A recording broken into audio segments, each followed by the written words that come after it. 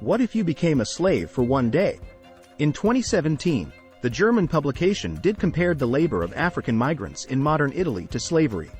Working on plantations in harsh conditions, the boys received only €35 a day. This shocked the Germans. €700 a month seemed a slave wage for them. This statement seems quite amusing, but how far from the truth is it? There is only one way to test it, and you have already guessed what we are talking about. Let's take a look at the life of a real slave. It is important to remember that the conditions and lives of slaves varied greatly from era to era. So for the sake of completeness, we should look at a few examples from the past. To keep this video short, we're going to break it up into episodes. Meet the first of our guests. Neymar. It's 410 BC. His name is a typical Greek slave name. The teenager was taken out of Africa by Greek warriors on another raid. Since then he lives in Athens and works for his master, Kostas Manolos, doing whatever he is told. There isn't much choice, as the tactic of the Greeks was to have slaves be mostly foreigners. This minimized the possibility of a revolt by Mr. Manolos. There are 35 slaves working, and they all come from 12 different regions. While our Neymar was learning Greek, he didn't understand anyone around him. Being the only speaker of his language in the neighborhood, he was disconnected from the other slaves. It's hard to agree on rebellion, though of course such thoughts occurred. A slave in ancient Greece was the property of the master, and even his potential children were automatically property. Also, our Neymar had no right to vote or participate in the public life of the country. The master could make him do anything, from a neck massage to working in the mines. But there are a couple of nuances that changed the picture. First, in addition to slaves, any foreigners were considered disenfranchised in Athens. Even a rich visitor to Athens was called a medicine man, and was not considered a citizen. Women were not expected at the polls either.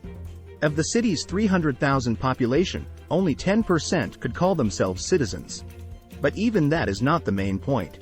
The main thing is that repeatedly described in movies, textbooks and histories, oppression and slavery in ancient Greece, specifically in Athens, did not make much sense.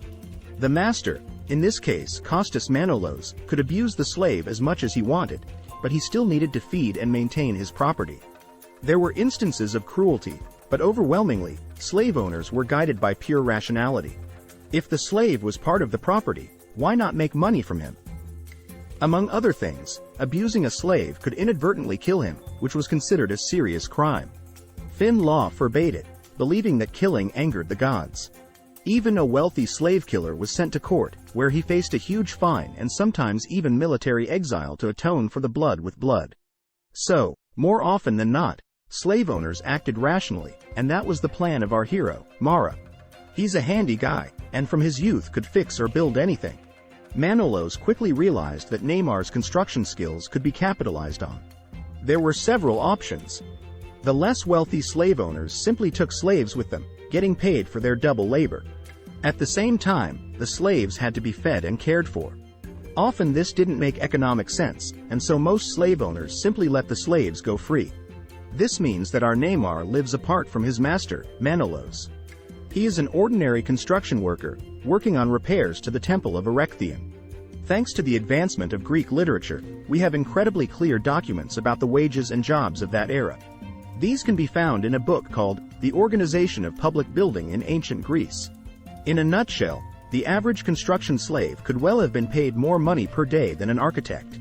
There are even records that clearly state that on an average day a slave could lay 413 bricks. Let's say this is our Neymar.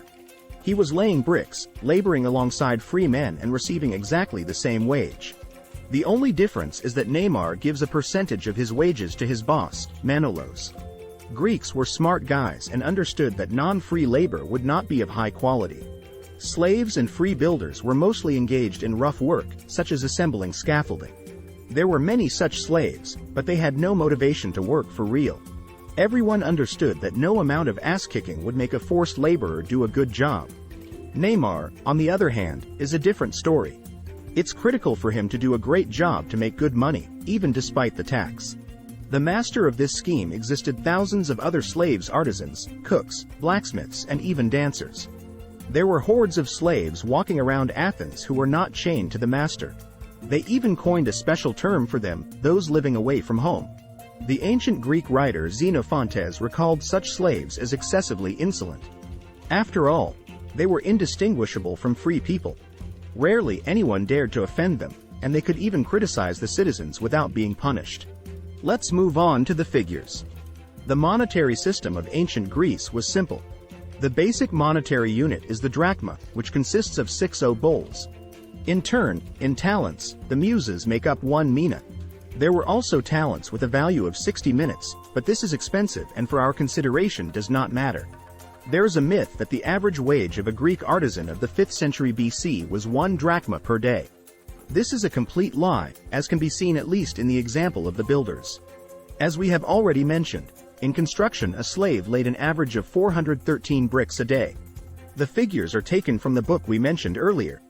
If we specifically consider the labor of Mithridates and 3 slaves working in parallel for 25 days, the guys laid 31,000 bricks, getting for 187.5 drachmas.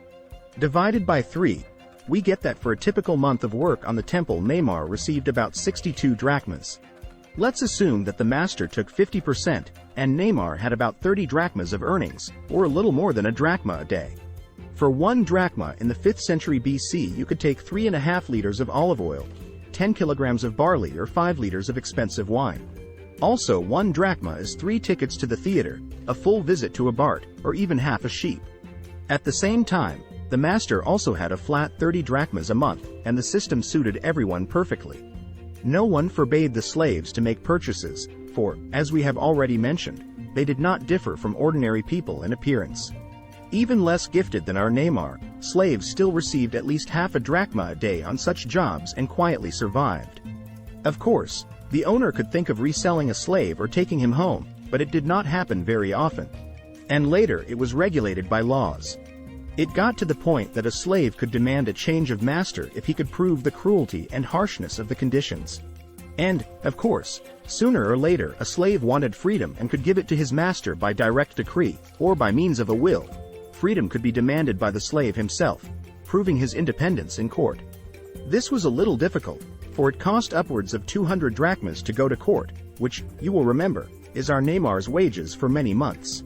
Often slaves saved up this money, or it was worth it, but even more often the guys banally negotiated with their masters. The very Neymar plan we talked about earlier was usually governed by a contract with the master Manolis. The social status of the man who brings him money is not particularly important, and Neymar plans to offer Manulos the same terms as before. In return, he will ask for freedom. Once he receives it, he will have to contribute money every month as before. But is that a situation few people are familiar with in 2020?